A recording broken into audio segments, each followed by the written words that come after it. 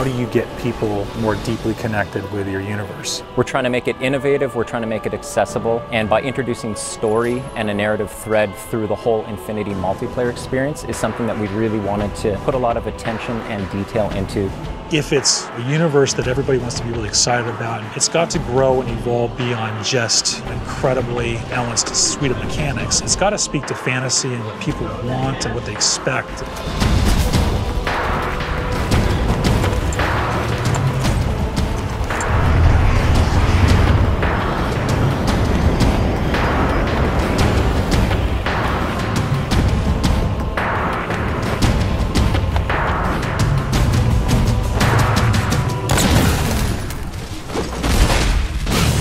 Something we really wanted to do with Halo 4 was to bring a new perspective to Halo multiplayer. Flight assassination! The high-level philosophy for multiplayer was that we wanted to unify the competitive and cooperative experiences under this one big narrative banner that we call Infinity. The Infinity is a UNSC ship that is home to the Spartan 4 program. Really try to contextualize multiplayer in such a way in which it doesn't feel like abstracted game mode off to the side. It feels very much part of the same universe. We knew we wanted to expand the audience as far as we could, but still satisfy the core as much as possible. We had to break everything down to line-by-line evaluation of our current scripts and redefine that core loop to not make it like Halo 2 or like Halo 3 or something in the middle, but make it Halo 4. Halo starts with a philosophy that we've upheld, which is that your gameplay mechanics are consistent across every mode, so they don't change. We want to give players the power to choose which weapons they take in. People have their own personal favorites. It's a growth system in that you're unlocking customizations for your character, you're unlocking new weapons and abilities, but that's also helping to train you how to use those over time. You have armor abilities and armor mods, which are sort of under the hood modifications to your armor that give you abilities, give you passive changes. And then that completely fit in with our new scoring system. There's a lot of actions players take in multiplayer that contribute but don't necessarily put a score on the board. Because of the objective medals and all the extra ways you can score in a match, no players are finishing the game with a 0. Hail Mary. So one of the big things for us was making sure that people felt involved, felt like they could always contribute in some sort of way. You're getting rewarded for teamwork, your style, your kills, your assists, the objectives you complete. And as you do that, you're going to get medals that fill up your ordnance meter. Ordnance ready.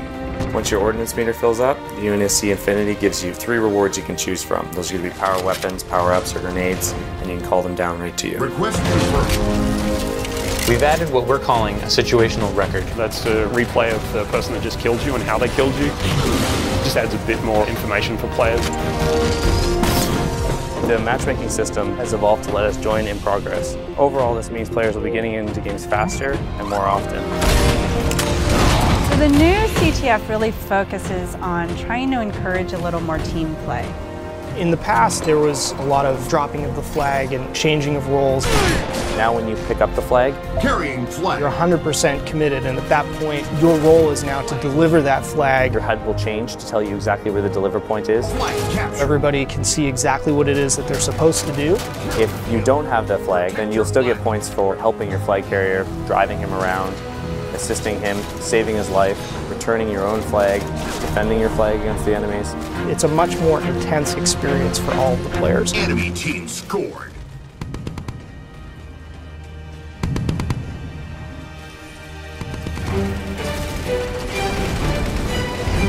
Probably the biggest focal change is that we're trying to build more vehicle-friendly maps, and then to go with that we've got a new mode called Dominion. Dominion is everything we loved about big team battle mixed with objective-based gameplay. You have lots of vehicles, big power weapons, large maps, but now there's bases. As you reinforce the bases, then shields will come up, or you'll be able to activate turrets to kind of reinforce those locations. It's kind of like territories, but with a little bit more of a twist. Territory control. One of the biggest challenges was trying to get vehicle and infantry play to work really well on a large map that had a lot of interior space. In Longbow, for example, all the bases in Dominion are fully thought out features in the map, and that really lets you get that break-in and defend gameplay. The idea was to try and make sure that the team started here or here. The paths that they could take in between involved great pinch points, places where the vehicles would automatically run into each other and jump over each other.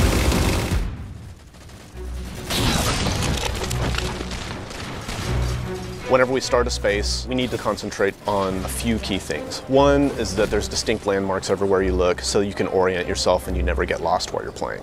Two is that whenever you're moving from location to location, if you're jumping across a gap, that none of those jumps feel frustrating.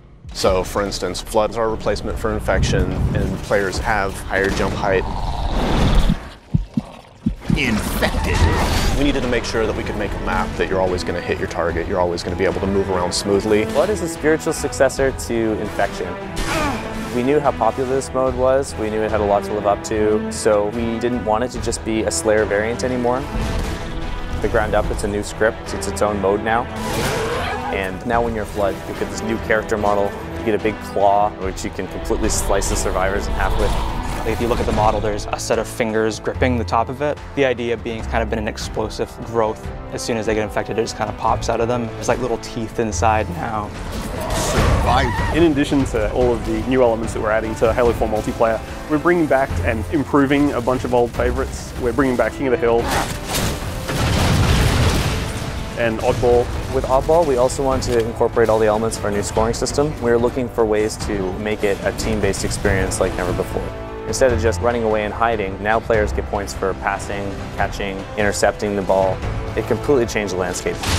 We're working with Certain Affinity to build content for multiplayer. It's a pretty huge undertaking. Certain Affinity has been a great partner to 343 for many years. They worked with us on the Defiant map pack and Halo Anniversary. For Halo 4, they helped us with a bunch of multiplayer and Forge maps. And one of those maps will have a Grifball core in it. Gain the lead. Forge is our toolset that allows players to customize their own levels. So we give multiple spaces that each have unique components that you can kind of mix and match to make your own layouts. We felt like a previous permutation of Forge wasn't necessarily the most accessible. The biggest thing for us was trying to increase the speed at which you can build things. We have a lot of new components. First is a magnet system, which makes it easier to line up pieces to each other.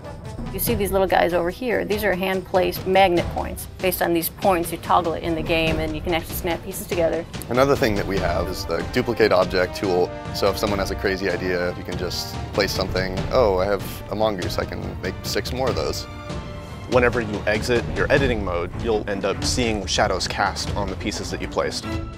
I can place a block sort of anywhere I want, and they'll just sit there. There'll be no shadow on the ground. It'll look kind of like it's floating, even though it's actually quite close to the ground. But then if I turn the lighting on, boom, you instantly get a shadow there. There's going to be things out there where we just end up scratching our heads being like, how did someone do that?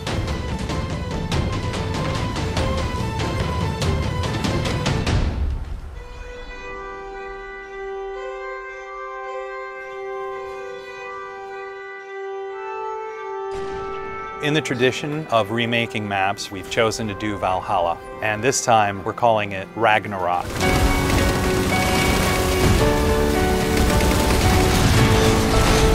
It is almost identical to the original layout of Valhalla.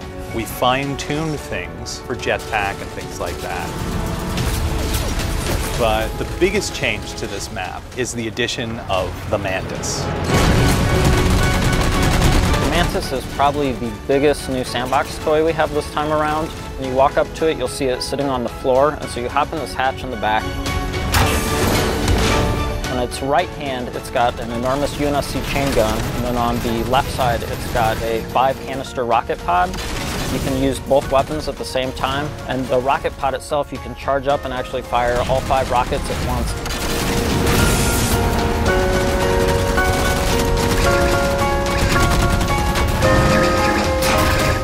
The other thing that's really sweet with it is it has a melee stomp.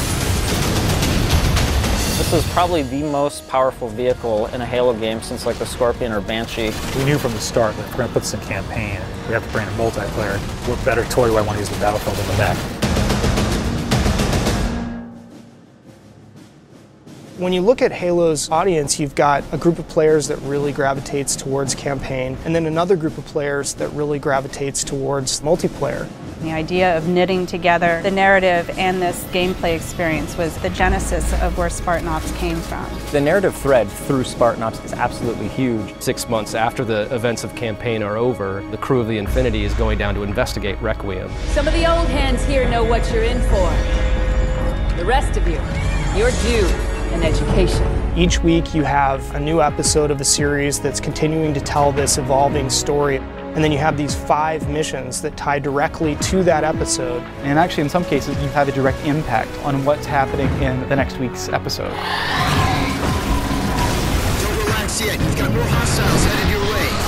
They're both creative challenges and production challenges. One is it's just a huge amount of content. We have, 50 missions that we're developing over the 10 weeks of the Spartan Ops season. We only have this much space, we only have this much RAM, we only have this much bandwidth. So we had to do a lot of technical trickery so that everything that we wanted to accomplish was able to happen. We want you to feel invested as part of the story. We wanted players to feel like they're accomplishing something. You rise up through the ranks, and once you get up to 50, we have what are called specializations. Specializations are kind of the end game for your Spartan career. Each specialization has an armor set, a bunch of emblems, an armor skin, and probably the biggest thing is that you can also unlock an extra armor mod. You can actually have a little gameplay item. Are you a vehicle guy? Are you a sniper? Are you someone who wants to level up faster? We actually have a mod that lets you earn XP a bit faster. It's more about specializing how you play at that point rather than the core gameplay mechanics being modified. So all the choices that you're making carries into the Spartan Ops experience. I'm going to tune in every week. We'll experience the story together for the first time as friends, and then we'll go play together as friends. And so this sort of new version of the water cooler. Spartan Ops will be one of those pinnacle moments for us in the franchise of creating new expectations for gamers and really delighting people with just great new functionality.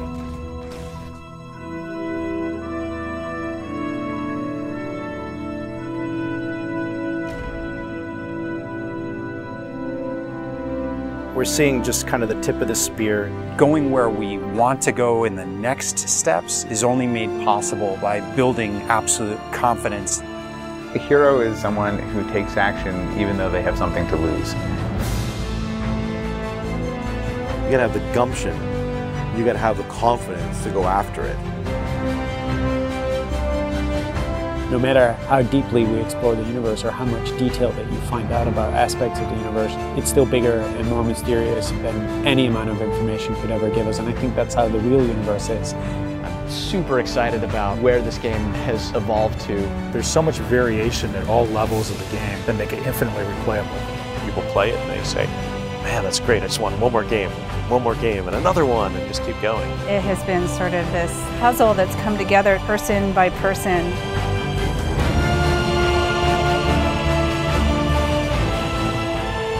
To me, that's the most fun thing, is seeing people play it, enjoy it, and have fun. And it just started with that single spark, that single sentence from one designer to another.